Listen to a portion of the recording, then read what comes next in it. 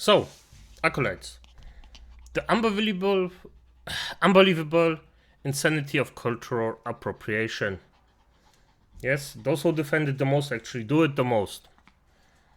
But let's see what Mantis Wave has to say about it, because this dude is actually on point a lot of the times. First off, this video is another one of those fun videos that is sponsored by me. There are some new Fumo hats now available on the merch store. These hats' eyes are embroidered just like an actual Fumo. Here's a picture of one next to an actual Fumo. And the hats are available in multiple colors and styles. And these are some pretty good quality hats too. It's got this nice metallic mechanism for adjusting the size. It's a lot better than those incremental plastic crap things. So yeah, you can buy these now, customize them however you want. And I'm gonna be honest, this idea is actually quite simple, nice, and a lot of people probably will like it. Good idea. Making more content for my channel. But anyways, let's get into things. This video shall go over the very ridiculous concept known as cultural appropriation. You may already know what it is and are interested in an in-depth explanation for why it's a nonsensical concept, or perhaps you have no idea what cultural appropriation is and you just clicked on this video for whatever reason, just because you're curious. Either way, you are in for a wild ride, because the funny thing about cultural appropriation is that it's one of those really bad ideas that is such a bad idea that when you examine it more and more under the microscope and really dissect the ideology of where it's coming from, it just gets more and more ridiculous, which is actually kind of fascinating. Most bad ideas out there. And it's very racist. It's extremely racist. No matter how bad they are, at the very least, when you seriously critically examine them, it reveals to have at least some kind of nugget of truth to them that explains why some people might get duped into believing this nonsense. But nope, not cultural appropriation. The deeper into this rabbit hole you go and the more you understand it, the more unfathomably stupid this concept reveals itself to be. Well, I'm gonna be honest, the people that actually believe in this are freaking not the wisest, not the brightest zombie in the shed. So, I'm gonna be honest, no wonder it worked. So then, what is cultural appropriation? Well, since this is a MA video, let's use some Fumos to explain it. Let's say you've got a village of ice fairies, and part of their culture is to fly around. Ice fairies like to fly around a lot. They do it for fun, they do it whatever. It's just a thing that they do. And they just enjoy flying around together, just having a good time. This is beautiful. But then one day, they see Marissa the Witch flying over their village. Wow, what a travesty. Such disrespect. And so one of the ice fairies flies up and tells Marissa, hey, you can't do that. Flying is our thing. We're the ones that fly. Flying is our culture. You can't fly. That belongs to us. By flying around, you're disrespecting us. Now, for a brief moment here, Marissa ponders firing off a Grandmaster Spark, but in this instance, let's just say she decides to just fly away anyway and not care, while the ice fairies continue to seethe. Yep, that is pretty much what cultural appropriation is. In a nutshell, cultural appropriation is when someone from one culture adopts the elements of another culture, allegedly without giving credit or showing proper respect. Which, interestingly enough, is where the first problem of the concept of cultural appropriation comes into play, which is that the people who get offended by cultural appropriation and claim that it's a bad thing tend to get offended by it regardless of whether or not proper respect is actually shown. Rather, in the real world, we see a different pattern entirely. So let's go over some actual examples of some butthurt generated by cultural appropriation and see if you can spot the pattern. Here's one that happened all the way back in 2017. A couple of white girls decided to open up a burrito shop in Portland, thus committing the grave sin of cultural appropriation because, you know, they were white girls, not Mexicans. And so they ended up closing up shop after only a week, after being By the way, can you hear this? Think about it 5 seconds.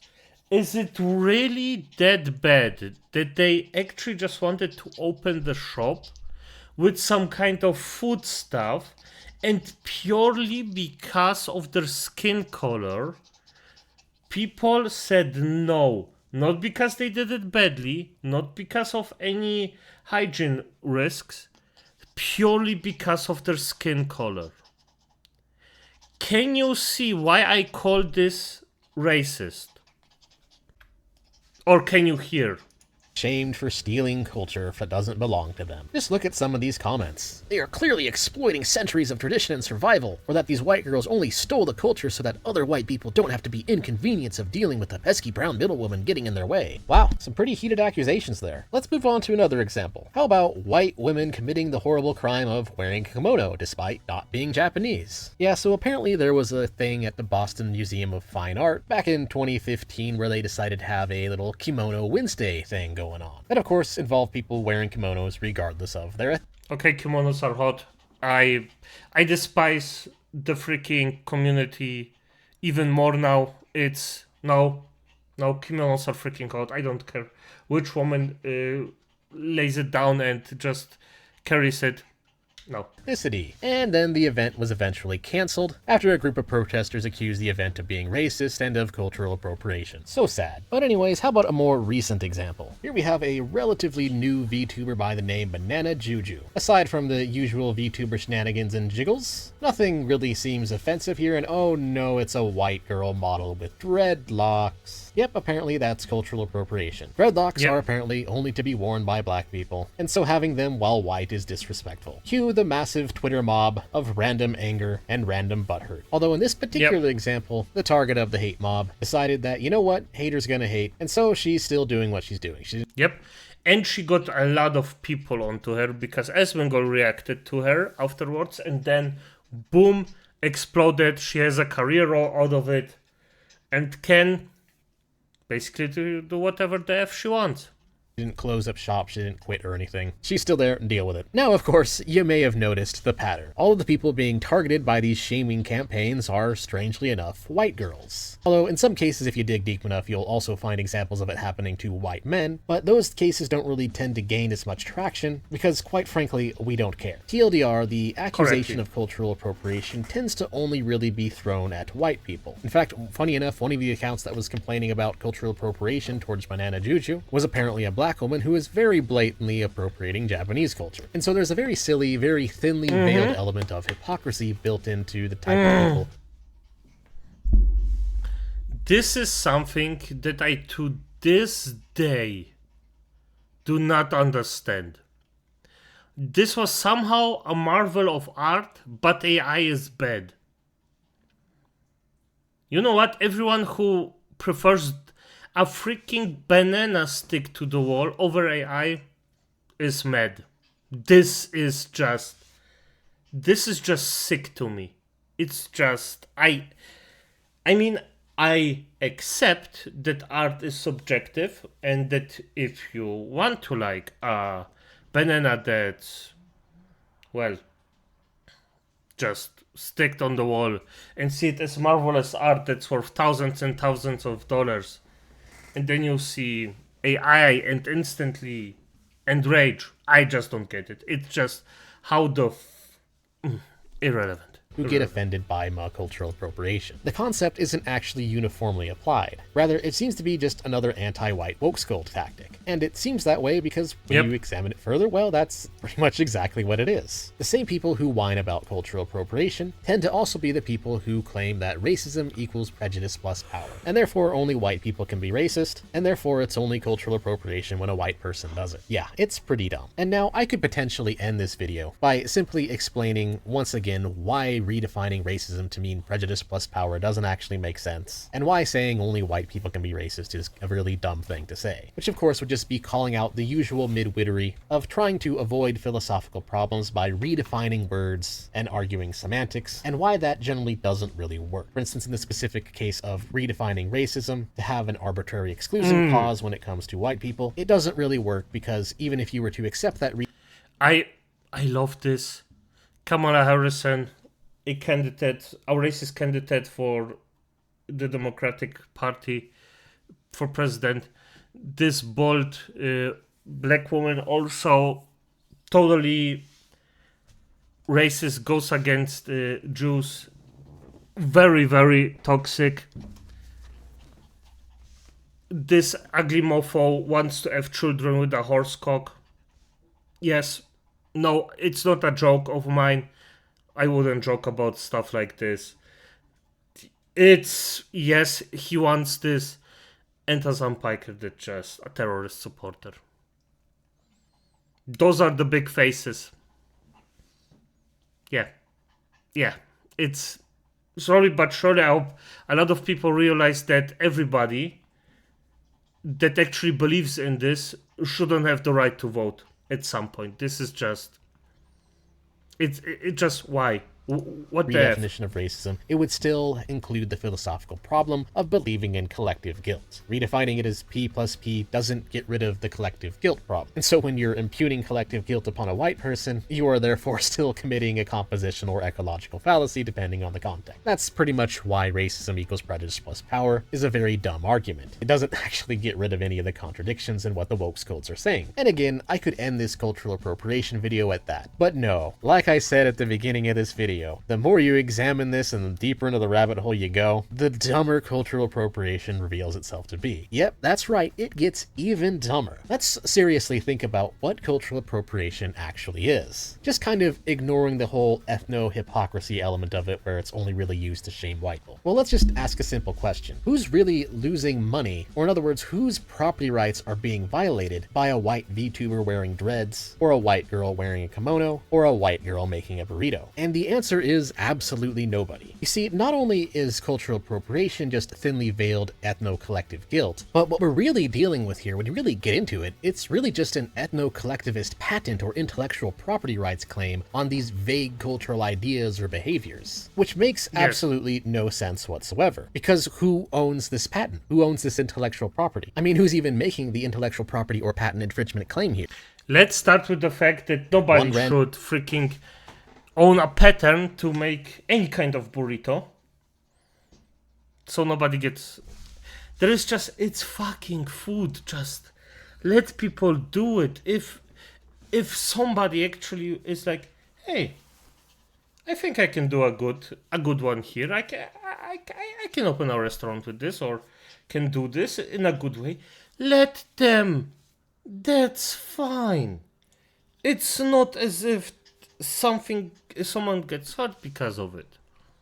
Random Japanese person? Okay, but if it's collectivist, then that means if another random Japanese person doesn't care and isn't offended by non-Japanese people wearing kimono, then that would therefore completely invalidate the claim, because it's a collectivist claim. This is the problem with collectivist claims. And by the way, spoiler alert, most Japanese people don't care. Yeah. Ironically, it's usually only the ones who grew up in the West and who get indoctrinated by woke ideology that ever find it offensive. Most of the Japanese people from Japan, when you talk to them on the streets about cultural appropriation, they don't find it offensive at all. In fact, they don't even understand why it would even be offensive, because of course they're not indoctrinated into woke ideology. Yes, and they see it as something good.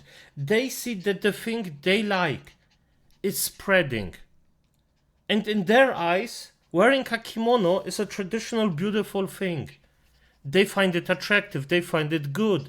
And if they see that someone different is getting along, wearing the same thing that's positive and beautiful in their eyes, they will be happy, like normal human beings should, because they don't see it as okay, somebody is culturally appropriating me, no.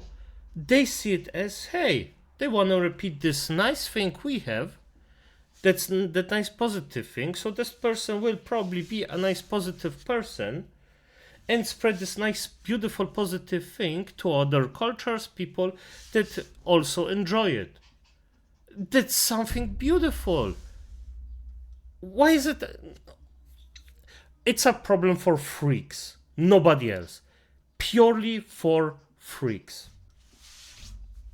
The point is, it'd be very hard to make an IP claim from a collectivist standpoint, as collectives don't really exist, they're just a social construct, and so individuals within the collective could just argue amongst each other. They could just have contentions and counterclaims. It'd be a very hard thing to do in court. But let's pretend that that's not a problem for a moment. Then you still just run into the general problem of claiming to own an idea. Ideas are not scarce resources, and copying is not the same thing as theft, as a copy is not inducing any kind of conflict over any kind of scarce resource. So for example, one person's ability to paint a picture of a fumo does not in any way impede his neighbor's ability to paint a picture of a fumo. No conflict of resources is involved in this kind of duplication. And of course, in some cases, people can have the same idea just from pure coincidence. This is the general contention that happens with the whole debate of whether or not IP should even exist. And here's the fun...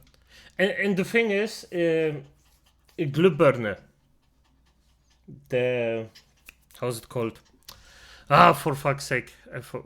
Give me a second, acolytes. Burne. Glow brush. No, it's not a... Did I write it wrong? Light bulb. Was actually invented by... I think it were like 5 people at the same time. It's just the guy that came first actually copyrighted it. So yeah. Stuff like ideas coming at the same time, that's normal.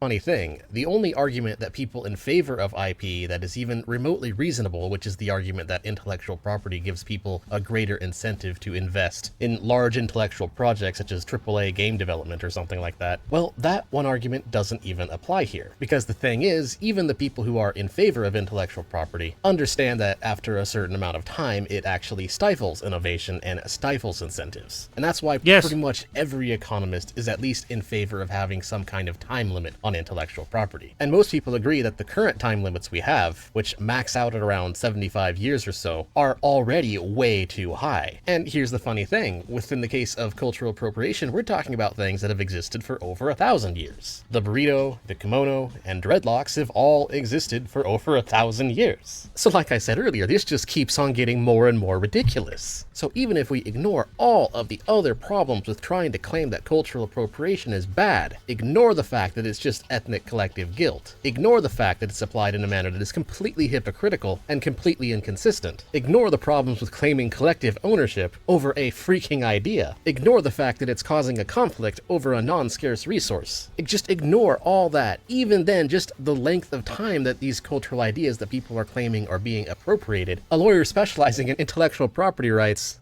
would just tell you that the time limit has long expired. And then lastly, there's just the economic claim. Often people... Yeah, fair enough. Fair enough. It's... People whining about cultural appropriation will make the claim that, hey, by making this thing that another culture made, you're taking money away from that minority group. That was one of the arguments again for why Cook's Burritos was bad, because now it was a white woman selling it, taking away money from a genuine Mexican person. But that's not true either. It has been proven time and time again that competition helps the market. And in this particular case, in the case of cultural appropriation, the interesting thing is that when people buy a product or service and they like the product or service, they generally seek out a more genuine version of that product or service to buy it again. So when a person say they like kimonos, they often will go out and seek a more genuine version of a kimono, which means they'll try and seek out a genuinely Japanese made one in Japan. Or on the other case, if a person likes dreadlocks, they might seek out a hairdresser that specializes in doing them, which, you know, has a pretty good chance of being an African-American hairdresser. And then of course, when people decide that they like a certain food, they will often seek out better and more authentic versions of that food. So they will go to other Mexican restaurants as well to check them out, which means that ultimately a member of that minority or group that the culture supposedly came from will end up profiting as well anyways. So this final claim is just another weird example of the fixed pie fallacy, and not understanding that economics doesn't always have to be a zero-sum game. It's this typical socialist error of not understanding that a smaller piece of a bigger pie is actually often better than a bigger piece of a smaller pie, because they don't understand that you can grow the pie. And in the case of cultural appropriation, it's not understanding that when you allow other people to partake in certain elements of a culture, from an economic standpoint, what you're really doing is you're growing the customer base. More people get interested in the culture, more people like the culture, thus more people are looking for things to buy from that specific cultural element that they're enjoying,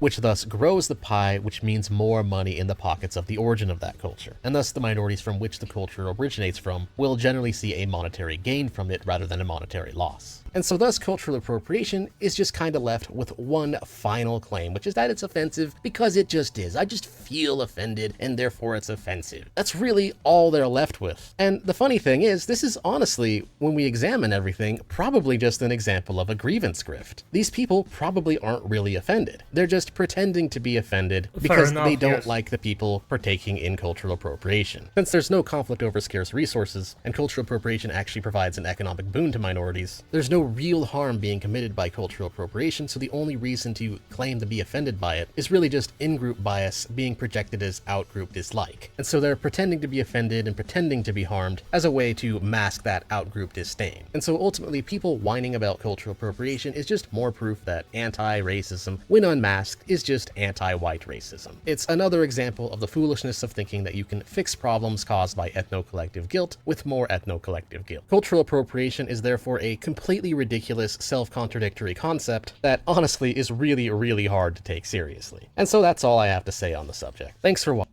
Fair enough. Fair enough. Yes, it's total bollocks.